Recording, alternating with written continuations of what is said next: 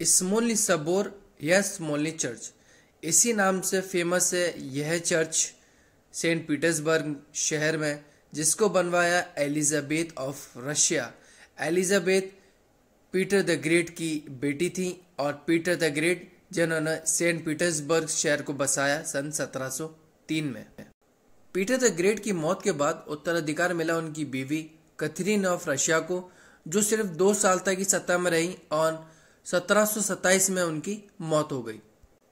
और उनकी मौत के बाद उत्तराधिकार मिला पीटर सेकंड को, और जिनकी मृत्यु 1730 में हो गई। तो सिर्फ 3 ही साल उन्होंने राज किया। पीटर सेकंड की मौत के बाद उत्तराधिकार मिला अन्ना को, जिन्होंने 1730 से लेकर 1740 तक राज किया।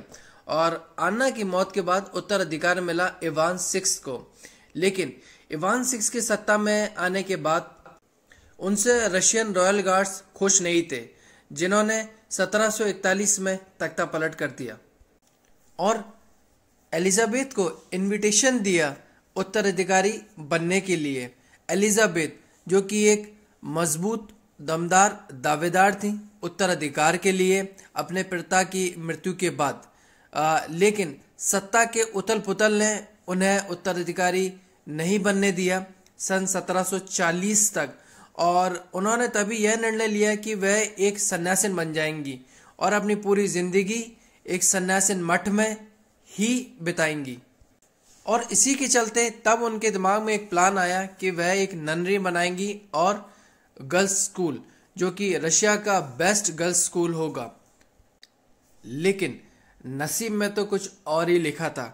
1741 में जब उनके पास रॉयल गार्ड्स का इनविटेशन आया रशिया के सत्ता को संभालने के लिए, तब इन्होंने ना नहीं कहा और उन्होंने रशिया की सत्ता को संभाला। लेकिन जो उनका प्लान था ननरी बनाने का और गर्ल्स स्कूल बनाने का, वो उन्होंने पूरा किया।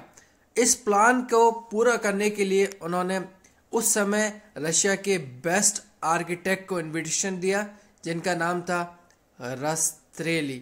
हाँ जी, रस्त्रेली एक फ्रेंच बॉर्न आर्किटेक्ट थे और इस चर्च से पहले बहुत सारी सुंदर इमारतों को वह बना चुके थे।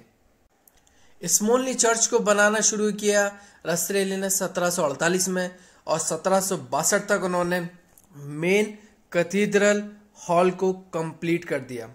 मेन कैथीड्रल हॉल को कंप्लीट करने के बाद उनका एक और प्लान था हाईएस्ट बेल टावर बनाने का इसी कॉम्प्लेक्स में।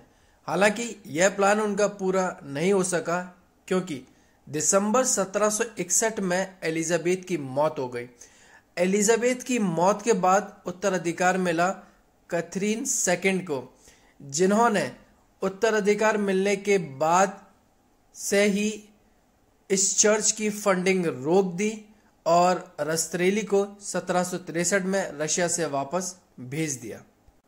और उसके बाद से इस कॉम्प्लेक्स की जो दूसरी बिल्डिंग्स थी उनका काम अधूरा ही रहा। लेकिन एक बार फिर से नसीब को कुछ और ही मंजूर था।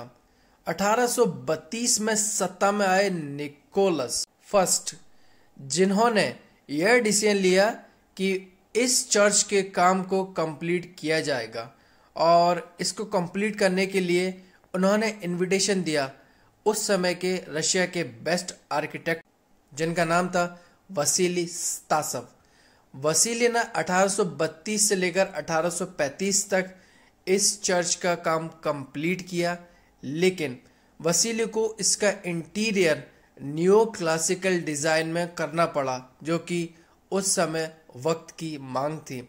लेकिन रस्त्रेली इसको बनाना चाहते थे बरूक स्टाइल में। चर्च का काम कंप्लीट होने के बाद, जैसे कि हमें पता है कि 1917 से लेकर 1923 तक रशिया में रिवॉल्यूशन आया और उस रिवॉल्यूशन के समय यह चर्च बंद रहा और उसके बाद इसको 2015 में पब्लिक के लिए खोला गया।